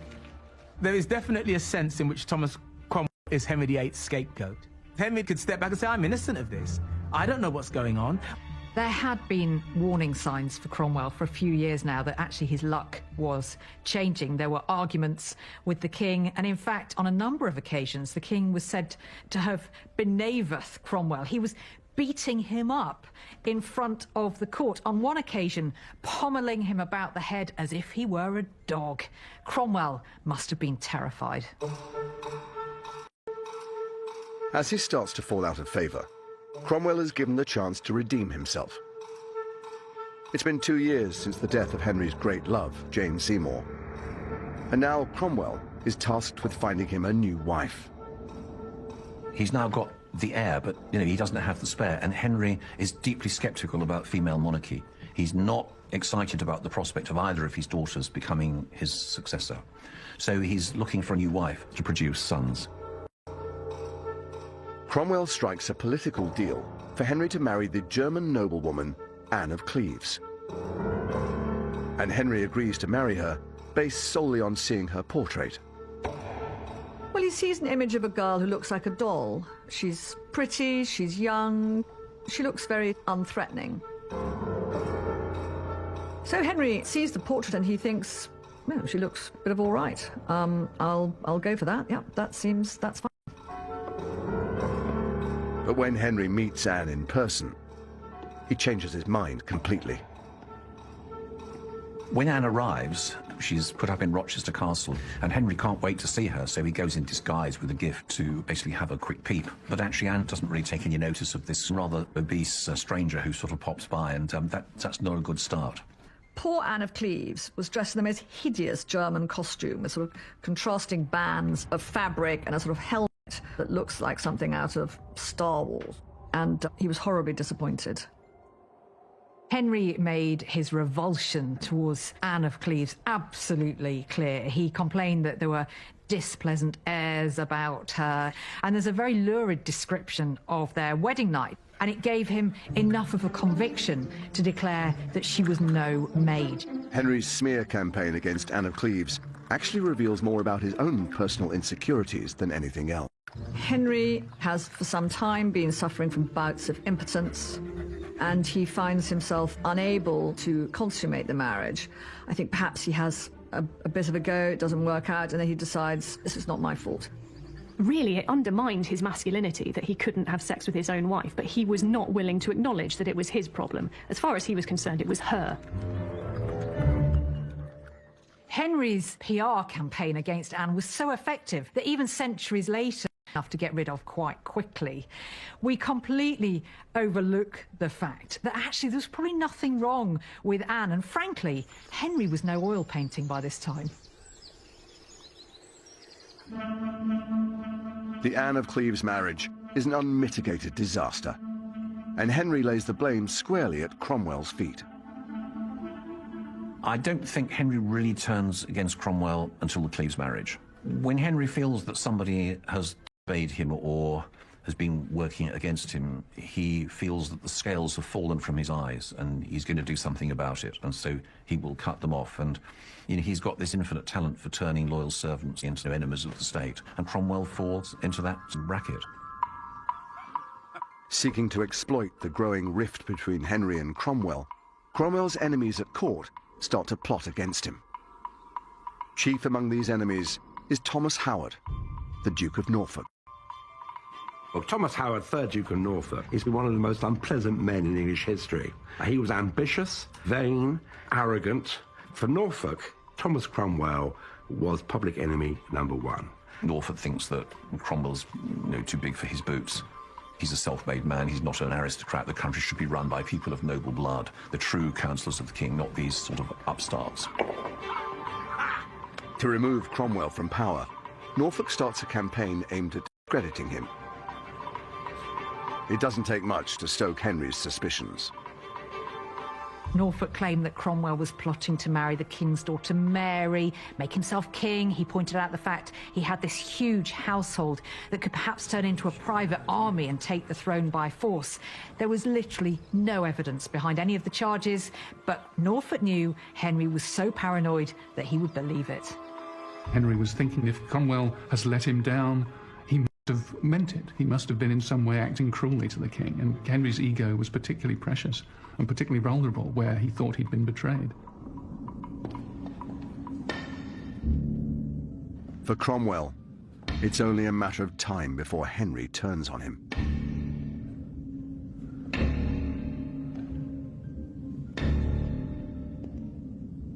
Thomas Cromwell knew the end was coming. He could smell it.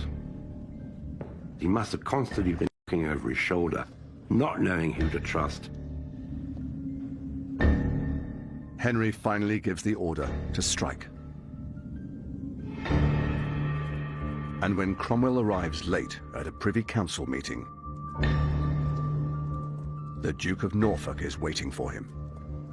We don't know why he was late. It might have all been part of the plot, but he thought it was Jing. He didn't know this. When he moved to sit down, Norfolk said, "Stop. That's not the seat for a traitor."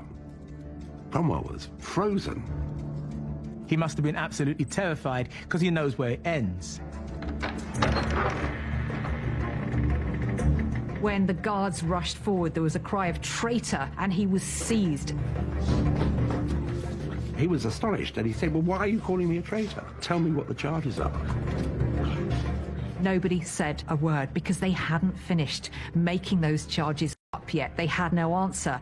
There's a moment that's almost Shakespearean where the Duke of Norfolk rips the chain of office from around his neck. This method of arrest has been devised deliberately to surprise and shock him. He was dragged out and taken by boat to the Tower of London on that dreadful one-way ticket.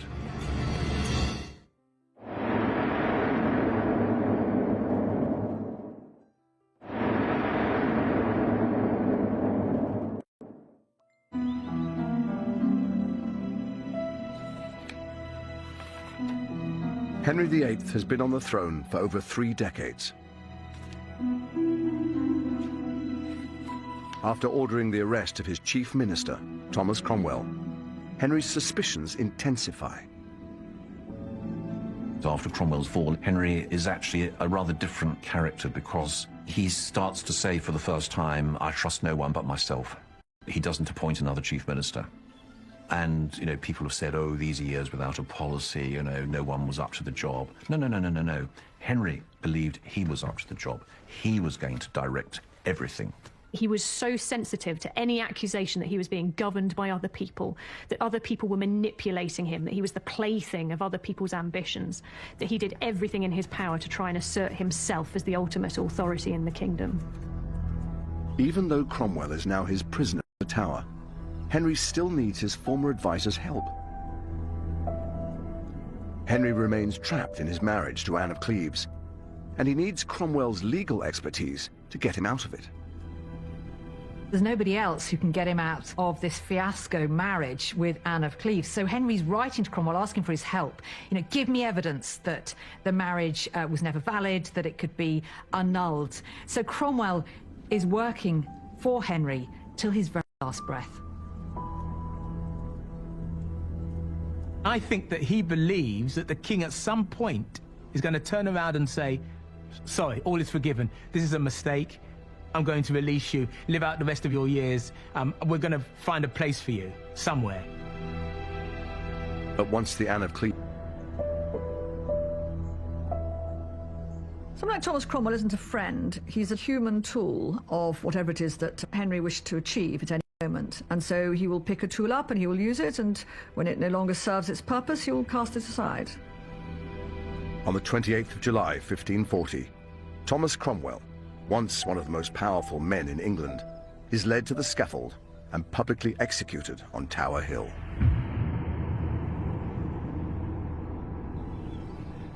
With Cromwell out of the way, his arch-enemy, the Duke of Norfolk, sees an opportunity to secure greater powers for himself. And he has a secret weapon to help him, his teenage niece, Catherine Howard. The moment that Catherine Howard was in the King's bed, Norfolk probably thought he was absolutely made for life. I mean, Norfolk was a cynical, unpleasant career aristocrat who beat his wife, knocked her teeth out. I mean, this was not a nice man. So the fact that he was using women as pawns in a political game shouldn't surprise us. You like it here?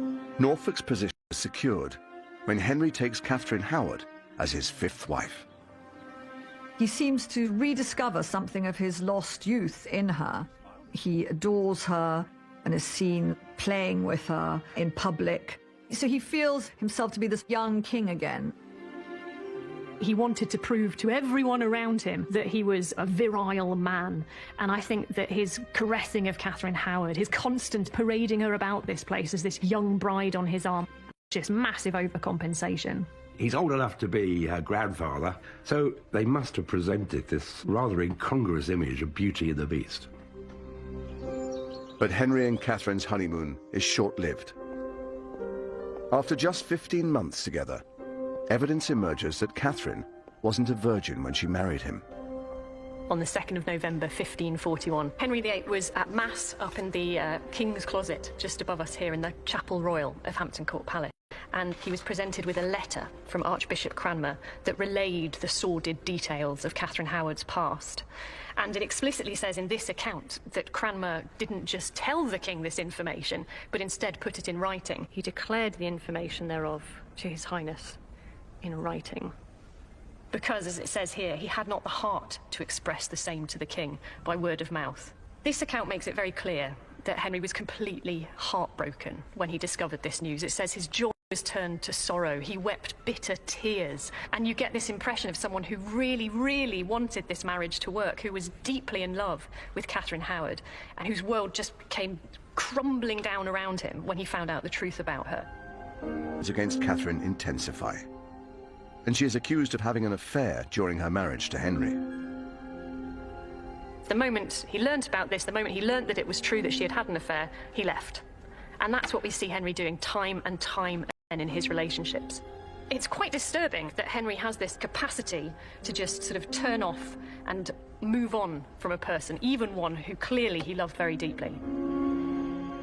Catherine Howard's fate is clear the moment Henry turns against her. She is beheaded for treason at the Tower of London. Catherine was just a girl who had been taken advantage of by men for most of her life, who ended up dying very bravely, but very horribly. After Catherine Howard, Henry is left with the reality of an aging man who's losing his virility. There is a sense of deep unhappiness that this is what he now has to live with, the wreck of the prince he once was. Despite 5 failed marriages, Henry only has one legitimate son. So he embarks on his 6th marriage, to Catherine Parr, hopeful that she will provide him with a spare heir. But Henry's also increasingly concerned about his imperial legacy. And for a Tudor king, that means only one thing: going to war. He's trying to recapture his lost youth, and he tries to do that by going off to war. He's going to be this great crusading king again, reclaiming parts of France. Henry grew up on tales of daring do against the French. Henry V, Agincourt, and all those other famous victories. Henry had always wanted to have military glory in his portfolio of achievements. In this period, the English nobility want to go smashing up the French, just like 21st century tourists want to go, around northern France on holiday. Here at Windsor Castle is a treasure that epitomizes Henry's image of himself as a warrior king. In the latter years of his reign, Henry specially commissions this suit of armour. Here is the physical embodiment of Henry's childhood dreams, the symbol of chivalry, and the image of an armoured man, Henry VIII's armour. Now, armour in the 16th century was made to measure, none of this off-the-pick stuff. It provides us with the true image of Henry as he would like to be projected, of power and might and ruthlessness. You can almost imagine his little piggy eyes behind that visor, glaring at us with contempt. Actually enlarged to accommodate his increasing size. Here, they're having to let in 5-centimetre plates on each side of his backplate because of his expanding girth, because he did weigh 28 stone. Now, in National Health Service terms, his body mass index was way off today's scale. He was a man mountain. In order to make him feel more comfortable and to flatter him, his male courtiers start to wear enormous padded doublets and clothes so that they appear just as big as the king. This also affected Henry's psyche. I think he was really humiliated by what he had become. Henry's very aware that his advancing years and medical disorders threaten to derail his battlefield ambitions. So, while he still can, he personally launches an assault on the French port of Boulogne. I mean, his idea of leading his army in person, of course, means directing operations from a safe distance inside a sort of wooden pavilion, which is lined with fake marble inside. He is like a small boy with lots of toy soldiers. He is in his element. He loves the siege. He loves all these cannonades which fire day and night.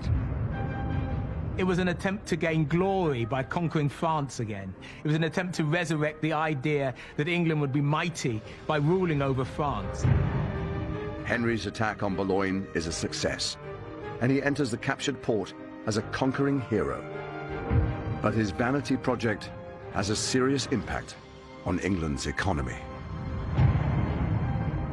Henry painted the capture of Boulogne as a great victory, but it cost them enormous sums of money. And in fact, England became bankrupt by the cost of war. 5 years after Henry died, a Tudor accountant was given the task of calculating how much the wars had cost. He produced a 16-page account which showed that it had cost the poor English taxpayer, equivalent in today's money, £1.87 billion. And it shows the burden which his subjects had to bear to pay for his hopes of military glory. Despite plunging England into bankruptcy, Henry's military ambitions do have some benefits. Henry's military legacy was enormously positive. Yes, he'd depleted the royal treasury in the process, but he'd created one of the greatest navies in the world, and also an incredibly impressive army as well. He'd made England a power to be reckoned with. And so you had to maintain the appearance of a strong king, able to deliver justice, able to lead the nation in war. These were the things that united the realm. Henry would have been seen as a good king, because a king who leads to victory in a war is a good king, almost regardless of anything else. But just after Henry secures the military legacy he's always dreamed of, his health takes a turn for the worse. As his health deteriorates, Henry takes to shutting himself away in his chambers. The last years of the reign are definitely tainted by claustrophobia. You know, no one quite knows who to trust. And of course, because of his immobility, Henry is closeted in a secret study at the far end of Whitehall Palace and doesn't come out that much. People think that, okay, he's sort of switched off. This is not the case. I mean, this is somebody who is almost like in his lair, he's checking up on everything. A good way to view Henry would be as a rather malignant spider at the centre of everything which went on within England. All those lines of the web all run through and end up with him. It's becoming clear to Henry's courtiers that he's nearing the end. In the last days of Henry's life, the atmosphere at court must have been pretty toxic. There was a sense of fear, of anxiety, of uncertainty for what the future would hold. There was a real sense, I think, that the end was coming for King Henry VIII. But no one is brave enough to mention this to Henry himself. A dying king is, like a dying lion, extraordinarily dangerous. Everybody was terrified that Henry still had the power to kill. It was said that no one would give him any official advice because they were frightened of his reaction.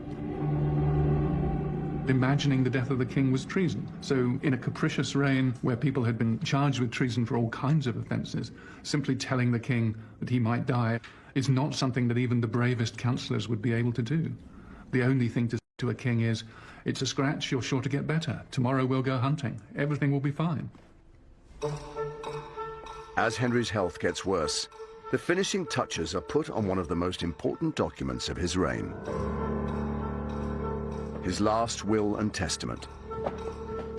It reveals his attempts to retain control over his kingdom, even after his death. This, very excitingly, is the last will and testament of... This is Henry's last-ditch attempt at controlling the future of England. If you ever needed proof that Henry was a bit of a megalomaniac, this is it. An enormous proportion of this will is taken up with the thing that had concerned Henry right from the moment he acceded to the throne, which is the succession to the dynasty of the Tudors after Henry died. It's not a surprise that, of course, what Henry most wants is his son Edward to become king after him, but perhaps he himself was a second son, he provides for the possibility that Edward might die. In other words, even on his deathbed, Henry is still trying to claw his way into control beyond the grave. Even more extraordinarily, given that Henry, as I say, is dying at this point, he provides for the possibility that there might even be another wife in his future. Any lawful wife who I shall hereafter marry. I mean, that is rank optimism in the face of all possible evidence, I would say. I think there's something almost tragic about this king on his deathbed who has striven for nearly 40 years to have absolute power over the people in his country. And now, in his dying moments, he's still trying to do that. He's still trying to maintain control. And there's something moving about that, almost admirable, and also slightly repulsive, if I'm completely honest.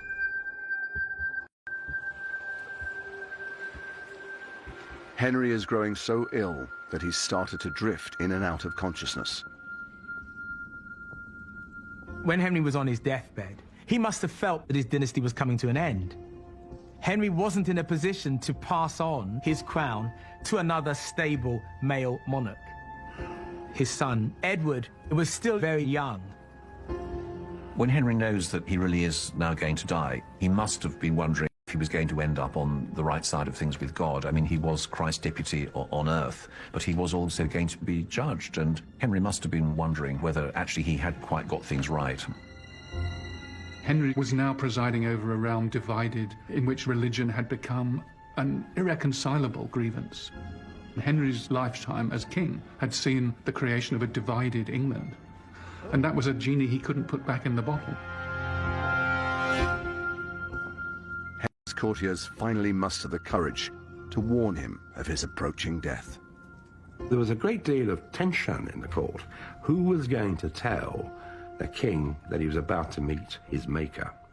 Eventually, the task fell to Sir Anthony Denny, who in life had fulfilled Henry's most intimate needs as groom of the stall. Now he had one last service to perform. Asked Henry, effectively, if he wanted to make his last confession. Should I send Thomas Cranmer, the Archbishop of Canterbury?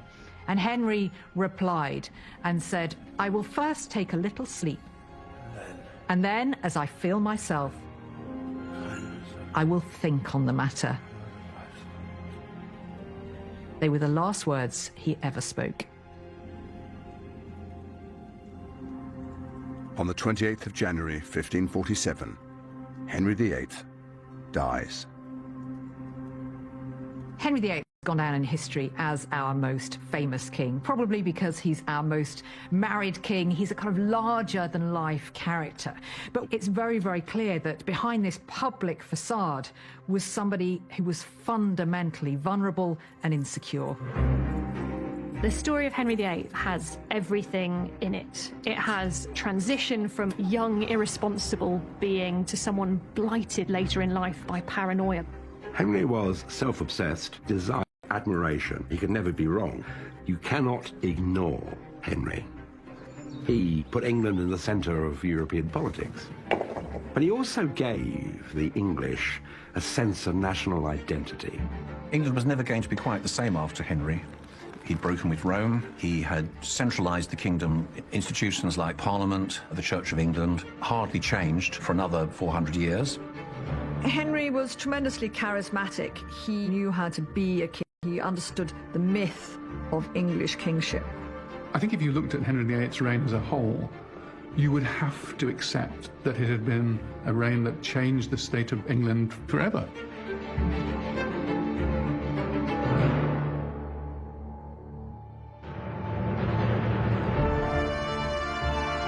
With the upcoming elections in the States, we take a look at the big history of America, brand new on Saturday at 9.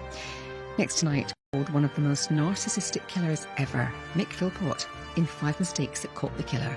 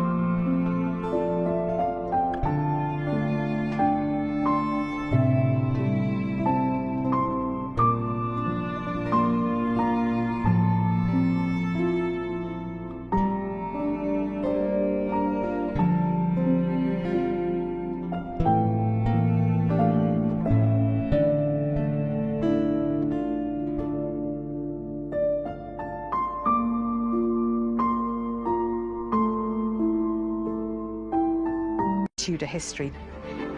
And they'll go backstage at Henry's court to unravel a murky world of power, plots, and petrifying ambition.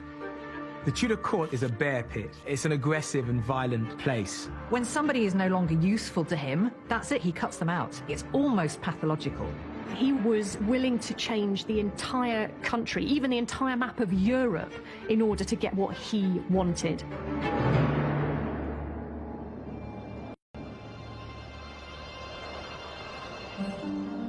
Henry VIII is born on the 28th of June, 1491. But he's never meant to be king in the first place. He's the spare heir, living in the shadow of his older brother, Prince Arthur. As the second son, the younger of the princes, comparisons could be made with Prince Harry. In fact, Henry was known as Harry for much of his childhood, and there are some similarities physically as well. He was allowed, really, to be a little bit wilder, to indulge his favourite pastimes. He just didn't have the same pressures as his elder brother. Henry clearly sees himself as the spare rather than the heir. I suppose in some ways that might be liberating, but in other ways it might nurture a certain jealousy. Henry later in life has this urge to prove himself all the time.